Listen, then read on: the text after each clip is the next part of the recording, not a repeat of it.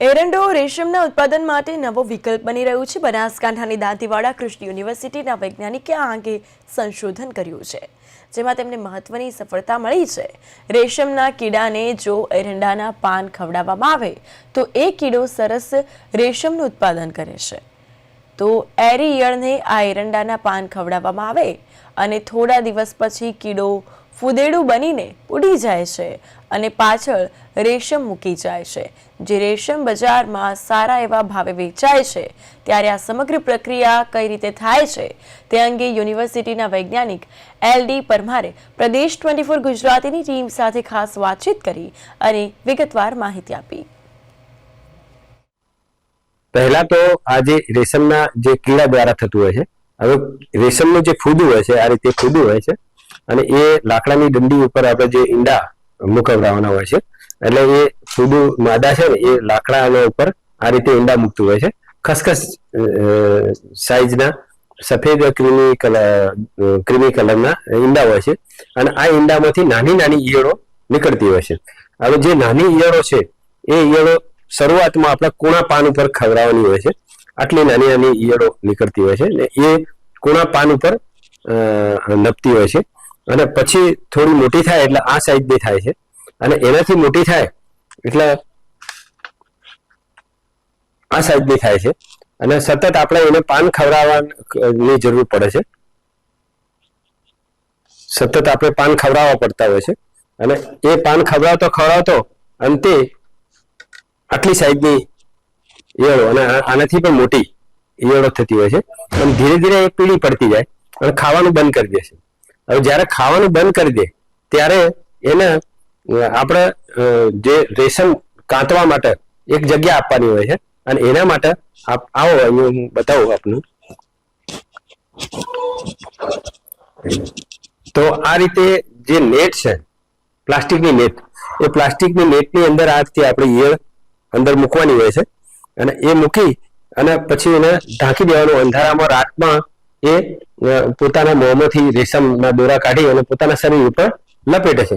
લપેટી અને એ પોતે શરીર ઉપર આ રીતે રેશમના કોચલા બનાવે છે। આ જે કોચલો છે એના ઉપરનો જે રેસા છે એ રેસા રેશમના હોય છે અને અંદર એનો જીવડો હોય છે। હવે આ જે જીવડો છે એ આ જે એરી રેશમ છે એ અહિંસા રેશમ છે, એટલે આપણે એના જીવડાને મારવું નહીં પડતું।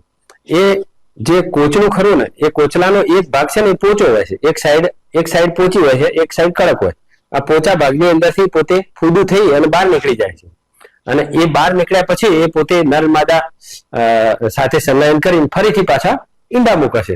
એટલે આ રીતે ઈંડામાંથી ઈયળમાંથી કોસેટામાંથી પતંગિયામાંથી ઈંડા, એ રીતે પ્રક્રિયા એનું જીવન ચક્ર ચાલુ રહે। વચ્ચે આપણે કોઈને મારવાની જરૂર નથી। જ્યારે આ અંદરથી કોચલામાંથી ફૂદું નીકળી જાય ત્યારે આ જે કોચલું ખરું ને એ એક પ્રકારના રૂ જેવા થઈ જાય છે અને જે આપણે ગરમ સાબુના પાણીની અંદર ઉકાળી અને આ પ્રકારે એની અંદરથી રેશમનું રૂ આકારનું રેશમ બનાવી શકીએ છીએ। અને પછી આ જે રેશમ છે એને ફેક્ટરીમાં લઈ જઈ અને એના દોરા બનાવવામાં આવે અને દોરામાંથી કાપડ બને અને એ કાપડનું મૂલ્ય આપ જાણો છો, પ્યોર રેશમના કાપડનું મૂલ્ય બહુ ઊંચું છે। અને અમારા પ્રયોગો ઉપરથી એવું જાણવા મળ્યું છે કે જો ગહરું પ્લાન્ટેશન કરવામાં આવે એરંડાનું 60 બાય 75 સ્પેસિંગે અને જો ઊભી આડી હાર છે એના જે છોડ છે એ 60 દિવસથી આપણે કાઢી લેવામાં આવે અને એ જો રેશમને ખવડાવવામાં આવે, રેશમના કીડાને ખવડાવવામાં આવે તો વધારાની એક તો રેશમની આવક થાય છે અને એરંડાના ઉત્પાદનમાં કોઈ મોટો ફરક પડતો નથી। એટલે અમારા અંદાજ પ્રમાણે 20 થી 25 હજાર રૂપિયા જેવું એક વીઘે આ જે રેશમ છે એ રેશમ મળે છે। અને સેન્ટ્રલ સિલ્ક બોર્ડની આની અંદર ખાસી એવી સહાય પણ છે, માર્ગદર્શન પણ છે અને આ યુનિવર્સિટી દ્વારા અને સેન્ટ્રલ સિલ્ક બોર્ડ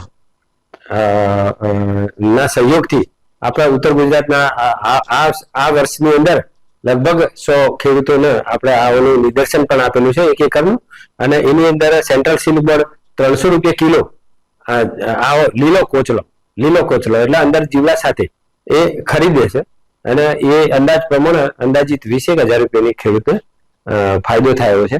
એટલે સોનામાં સુગંધ ભરાયું છે. એટલે ખાસ તો આપણા ખેડૂતો અપનાવો અને ભવિષ્ય એનું સારું છે એવું અમને લાગે છે. બરાબર, અપનાવી અને પછી એનો ફીડબેક કરી અને પછી ખેડૂતો સાબિત કરે કે ભાઈ ના ખરેખર એક વધારાની આવક થઈ તો જ અમારી મહેનત ફળશે. આપણા ખેતરના અંદર આપણે એરંડા તો વાવીએ જ છે, એરંડાનો પાક તો આપણને મળવાનો છે એરંડાના માધ્યમ પર. એના જે નીચે 10થી 25થી 30% પત્તા આપણે લઈ અને એક સ્ટોર રૂમ બનાવવાનો છે. સ્ટોર રૂમ બનાવી અલગ અલગ પદ્ધતિથી સ્ટોર રૂમમાં આપણે પત્તા મૂકવા, એના પર એક કીડાની શોધ કરી છે.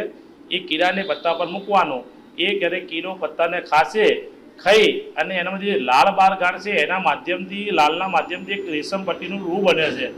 એ રૂ કિલોના ભાવથી વેચાશે. એનો 8,000 થી 9,000 કિલોનો ભાવ છે બજારના અંદર. અને એના માધ્યમથી અમારા દોતીવાડા કૃષિ યુનિવર્સિટીના એક ડૉક્ટરે આની શોધ કરી છે. એટલે અમે બી એ પદ્ધતિથી જેને હેક્ટરે 80,000 થી 90,000નો ફાયદો થશે, એના માટે આ પદ્ધતિથી અમે બી વાવેતર અમારા ખેતરમાં કરવા માટે પ્રયત્ન કરશું.